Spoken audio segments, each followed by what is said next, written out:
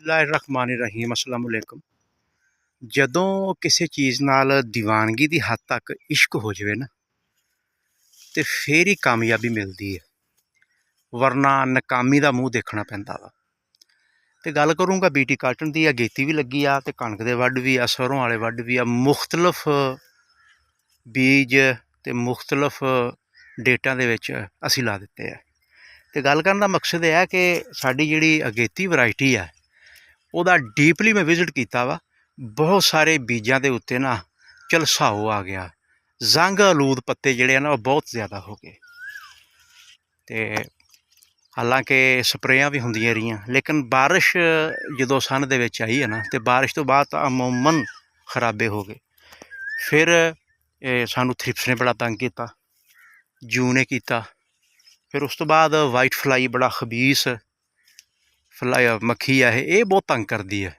ਤੇ ਗੱਲ ਕਰਨ ਦਾ ਮਕਸਦ ਹੈ ਕਿ ਅਸੀਂ ਮੁਖਤਲਿਫ ਅਦਵਿਆਤ ਦਾ ਛਿੜਕਾਓ ਵਕਤਨ ਫਵਕਤਨ ਕਰਦੇ ਰਹੇ ਹਾਂ। ਪਾਇਰੀਪ੍ਰੈਕਸੀਫਨ, ਕਲੋਰਫੀਨਾਪਾਇਰ। ਪਾਇਰੀਪ੍ਰੈਕਸੀਫਨ ਅੰਡੇ ਬੱਚੇ ਮਾਰਦੀ ਹੈ, ਸਫੈਦ ਮੱਖੀ ਨੂੰ ਮਾਰਦੀ ਹੈ, ਲੇਕਿਨ ਪੁਰਾਣੀ ਜ਼ਹਿਰ ਆ ਫੇਲ ਹੋ ਗਈ ਹੈ। ਕਲੋਰਫੀਨਾਪਾਇਰ ਥ੍ਰਿਪਸ ਨੂੰ ਖ਼ਤਮ ਕਰਦੀ ਹੈ, ਪੁਰਾਣਾ ਜ਼ਹਿਰ ਆ ਉਹ ਕੰਮ ਨਹੀਂ ਕਰਦਾ ਜਿਹੜਾ ਕਰਨਾ ਚਾਹੀਦਾ। ਅੱਛਾ, ਗੱਲ ਦਾ ਮਕਸਦ ਹੈ ਕਿ ਸਾਰੀਆਂ ਅਸੀਂ ਦੁਹਰਾਉਂਦੇ ਰਹੇ ਹਾਂ। ਅਲਹਮਦੁਲਿਲਾ ਇੱਥੋਂ ਤੱਕ ਅਸੀਂ ਫਸਲਾਂ ਨੂੰ ਲੈ ਆਏ ਹਾਂ, ਗੇਤੀਆਂ ਦੀਆਂ ਅਸੀਂ ਚੁਣਾਈਆਂ ਕਰ ਲਈਆਂ ਵਾ।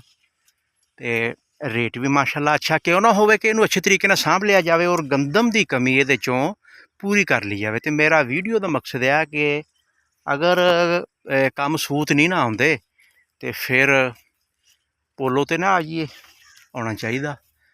ਅੱਛਾ, ਉਹਦੇ 'ਚ ਡਾਇਆ ਫੈਥੋਰਾਮ ਦਾ ਜ਼ਹਿਰ ਆ, ਅੱਛਾ ਜ਼ਹਿਰ ਆ ਜਿਹੜਾ ਸਫਾਇਆ ਕਰਦਾ ਵਾ ਸਫੈਦ ਮੱਖੀ ਦਾ ਵੀ।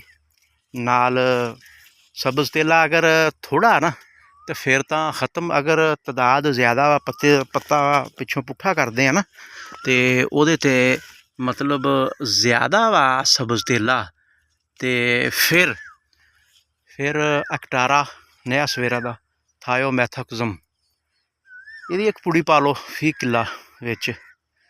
ਤੇ ਹੁਣ ਝਲਸਾਓ ਵਾਸਤੇ ਕੀ ਕਰਨਾ, ਡਾਈਫੈਨਾਕੋਨਾਜ਼ੋਲ ਸਕੋਰ ਦੇ ਨਾਂ ਤੋਂ ਉਹਨੂੰ ਵੀ ਵਿੱਚ ਮਿਕਸ ਕਰ ਲਓ। ਲੇਕਿਨ ਤਿੰਨੇ ਦਵਾਈਆਂ ਇੱਕ ਜਗ੍ਹਾ 'ਤੇ ਮਿਕਸ ਨਹੀਂ ਕਰਨੀਆਂ, ਅਲੱਗਾ ਘੋਲ ਕੇ ਕਰ ਲਓ ਜਾਂ ਗਲਾਸੀ ਦੇ ਜ਼ਰੀਏ ਇਸਤੇਮਾਲ ਕਰ ਲਓ। ਅੱਛਾ ਰਿਜ਼ਲਟ ਮਿਲੇਗਾ। ਸਬਜ਼ ਤੇਲੇ ਤੋਂ ਸਕੂਨ ਹੋ ਜਾਏਗਾ, ਵਾਈਟ ਫਲਾਈ ਤੋਂ ਸਕੂਨ ਹੋ ਜਾਏਗਾ। ਤੇ ਜਿਹੜੀ ਕੋਈ ਵਿੱਚ ਕੋਈ ਜੂੰ ਆ, ਥ੍ਰਿਪਸ ਆ, ਉਹਦੇ 'ਤੇ ਵੀ ਕੰਟਰੋਲ ਇਨਸ਼ਾ ਤਾਲਾ ਪੋਲੋ ਕਰ ਦੇਗੀ। ਲਓ ਜੀ, ਮੇਰਾ ਅੱਜ ਦਾ ਤੁਹਾਨੂੰ ਦੱਸਣ ਦਾ ਮਕਸਦ ਇਹੀ ਸੀਗਾ ਕਿ ਜਲਦੀ ਨਾਲ ਮੌਸਮ ਹਬਸਾਲਾ ਵਾ, ਖੁਸ਼ਕ ਵਾਲਾ ਵਾ, ਮਹਿੰਗੀ ਫਸਲ ਆ, ਕੀਮਤੀ ਫਸਲ ਆ, ਅਤੇ ਦੀਵਾਨਗੀ ਦੀ ਹੱਦ ਤੱਕ ਇਹਦੇ ਨਾਲ ਪਿਆਰ ਕਰੋ, ਫਿਰ ਹੀ ਇਹਦੇ ਵਿੱਚੋਂ ਅੱਛਾ ਔਰ ਖਾਸਾ ਮੁਨਾਫਾ ਅਸੀਂ ਕਮਾ ਸਕਦੇ ਹਾਂ।